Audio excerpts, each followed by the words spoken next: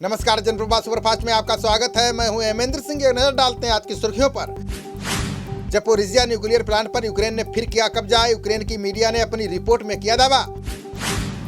America की javelin missile Ukraine में रूसी टैंकों का बनी काल। अब तक 300 फायर में 280 तोपों को कर चुकी है तबाह। रूस ने यूक्रेन के 2 शहरों में सीज फायर का किया ऐलान। संकट में फंसे लोगों के लिए खोलेगा कॉरिडोर। पोलैंड भागने की अफवाह के बाद फिर सामने आए यूक्रेनी राष्ट्रपति। वीडियो जारी कर कहा, छिपा नहीं हूं, क्यू में कर रहा हूं काम। ऑन ईयर शो में रूसी टीवी चैनल के पूरे स्टाफ ने दिया इस्तीफा। राष्ट्रपति पुतिन को नो टू वार कड़ा संदेश देकर उठाया कदम। अमेरिकी राष्ट्रपति बाइडेन की रूसी राष्ट्रपति पुतिन को 2 टूक। कहा, यूक्रेन पर हमला यूरोप और वैश्विक शांति पर हमला।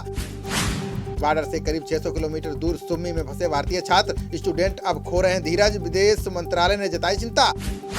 रूस यूक्रेन जंग के चलते स्थगित की गई वायु शक्ति एयर एक्सरसाइज। रक्षा मंत्रालय ने गांधीनगर में डिफेंस एक्सपो भी किया स्थगित। यूक्रेन संकट के बीच भारत के मेडिकल छात्रों को मिली राहत। एनएमसी ने दी देश में इंटर्नशिप पूरी करने की अनुमति। व्हाइट हाउस ने पुतिन की जान लेने संबंधी सांसद के बयान से बनाई दूरी। दक्षिण कैरोलिना से सांसद लिंडसे ग्राहम के बयान की हो रही है आलोचना। भारतीय नौसेना ने ब्रह्मोस के उन्नत संस्करण का किया सफल परीक्षण। एकदम सटीक रहा। लंबी दूरी की मारक क्षमता वाली मिसाइल का निशाना। पीएम मोदी ने वाराणसी के काशी में प्रबुद्ध वर्ग को किया संबोधित। कहा, वोकल फॉर लोकल से चिढ़ते हैं घोर परिवारवादी। पीएम मोदी बोले, हमने की स्वच्छ भारत मिशन की शुरुआत। गरीबों के लिए 10 करोड़ से ज्यादा शौचालय बनवाए। पीएम मोदी बोले, डबल इंजन सरकार का है डबल बेनिफिट। 2 साल से 80 करोड़ गरीबों को दे रहे मुफ्त राशन। भाजपा अध्यक्ष जेपी नड्डा ने भदोही में चुनावी रैली को किया संबोधित। कहा, मोदी सरकार आने के बाद यूपी में खुले 59 मेडिकल कॉलेज। गाजीपुर रैली में प्रियंका गांधी ने भाजपा सरकार पर बोला हमला। कहा, जिन्हें आपने उधार में सत्ता दी उनसे वापस ले लीजिए। आजमगढ़ में चुनावी रैली में भाजपा पर जमकर बरसे अखिलेश यादव। कहा, 12वीं के बाद इंटरमीडिएट में एडमिशन पर दिया जा रहा है लैपटॉप। सोनभद्र में चुनावी रैली में मुख्यमंत्री योगी आदित्यनाथ ने किया दावा। का 5 साल में 5 लाख युवाओं को दी सरकारी नौकरी। अमूल के बाद मदर डेयरी ने भी दाम में की बढ़ोतरी। दिल्ली एनसीआर में 2 रुपए महंगा हुआ दूध। पूर्व सीएम ओ पनीरसेल्वम के भाई समेत 30 पदाधिकारी बर्खास्त। शशिकला से मुलाकात के बाद अन्ना द्रमुक ने उठाया कदम। विधानसभा चुनाव को लेकर शिवसेना नेता राउत का आरोप। महाराष्ट्र की तरह यहाँ भी हो रहे विपक्षी नेताओं के फोन टेप। देश में बड़े पैमाने पर ईवी चार्जिंग इंफ्रास्ट्रक्चर निर्माण की तैयारी। नितिन गडकरी ने अमेरिकी कंपनियों से निवेश का किया अनुरोध। एनएसई की पूर्व सीईओ चित्रा रामकृष्ण को लगा बड़ा झटका। विशेष अदालत ने खारिज की अग्रिम जमानत याचिका। शहरों में प्रदूषण रोकने के लिए केंद्र सरकार ने लिया बड़ा फैसला। आवासीय वाणिज्यिक स्थलों पर 10% वृक्षारोपण का रखा प्रस्ताव। असम पुलिस ने अलकायदा से जुड़े 5 लोगों को किया गिरफ्तार। सभी से की जा रही है कड़ी पूछताछ। जांच में जुटी पुलिस।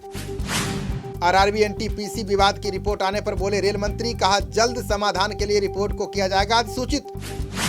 असम में रविवार को नगर निकायों में चुनाव के लिए होगा मतदान। 80 नगर निकायों में 977 वार्ड में इस बार ईवीएम का होगा प्रयोग। मेहसाणा में शादी समारोह में खाना खाने के बाद 1200 लोग बीमार। पुलिस ने मामला दर्ज कर शुरू की मामले की विस्तृत जांच।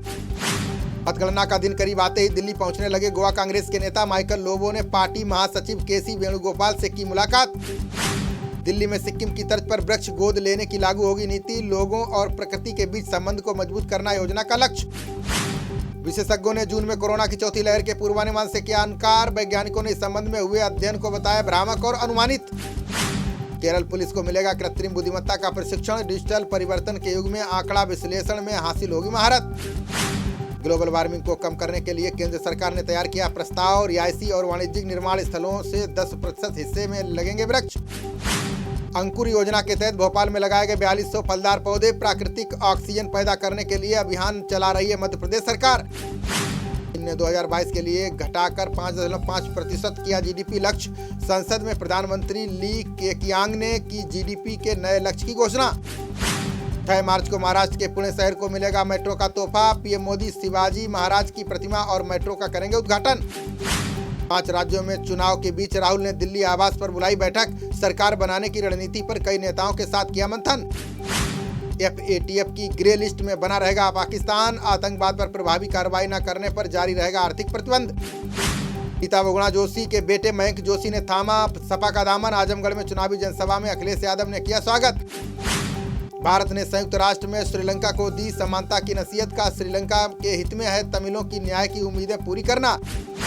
शरद पवार ने नवाब मलिक की गिरफ्तारी को बताया राजनीति से प्रेरित, बोले मुसलमान होने के कारण दाऊद से जोड़ा जा रहा है नाम।